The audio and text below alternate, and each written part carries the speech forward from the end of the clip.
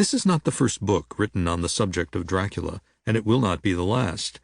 But most treatments to date have largely ignored the fascinating history, now over a century old, of the men and women whose lives became entangled in the myth's peculiar power. Dracula has exerted an irresistible and at times Faustian attraction upon numerous individuals who have used the ever-expanding dream machinery of publishing, theater, and film to exploit the story's power and expand its influence.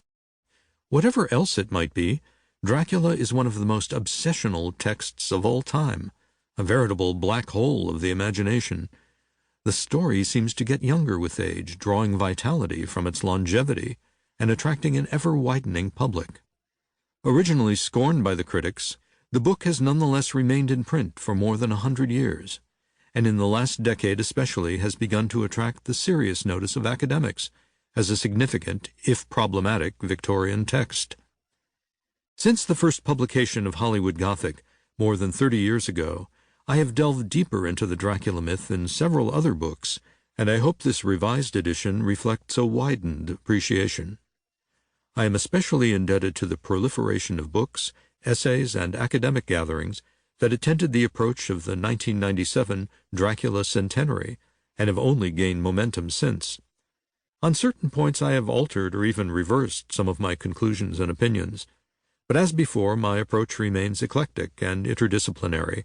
The Dracula legend rudely refuses to observe conventional parameters of discussion. Dracula lurks everywhere, and the Hollywood of Hollywood Gothic is perhaps less the geographical location than a psychic shadowland we all inhabit, that private theater to which we return again and again to watch the midnight movies of our minds. And there, for more than a single lifetime, Dracula has been the perennial, blockbuster attraction. We may not be able to identify the exact version of the film or even the performers involved, but the primal image of the black-caped vampire has become an indelible fixture of the modern imagination. Its recognition factor probably rivals, in its own perverse way, the familiarity of Santa Claus. Without knowing anything of the myth's origins, most of us can recite without prompting the salient characteristics of the vampire, how it sleeps by day, rising from its coffin bed at dusk to feed on the blood of the living, its ability to take the form of a bat, a wolf, or mist, how it can be destroyed by a stake driven through its heart, and effectively repelled by garlic, wolfbane, the crucifix, or the power of the Eucharist. We have received this information by a curious cultural transfusion, not by direct experience, and yet on some psychological level it must reflect some kind of universal knowledge, however veiled or obscure. Ever adaptable, Dracula has been a literary Victorian sex nightmare, a stock figure of theatrical melodrama, a movie icon, a trademark, cuddle toy, swizzle stick, and breakfast cereal. Complex, contradictory, and confounding, Dracula tantalizingly begs the question put to the ghost in Hamlet, "Be thou a spirit of health, or goblin damned?" The appeal of Dracula is decidedly ambiguous. The emphatic white tie and black cape, so striking at first glance, rapidly yield endless shades of gray. Most monsters take and trample. Dracula alone seduces, often courting before he kills. Unlike other monsters, he is not always recognizable as such.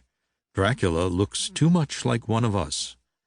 With patent leather shoes and patent leather hair, he mocks our concepts of civility and society, uses them as brazen camouflage, the better to stalk us, his readers, his film audiences, his prey.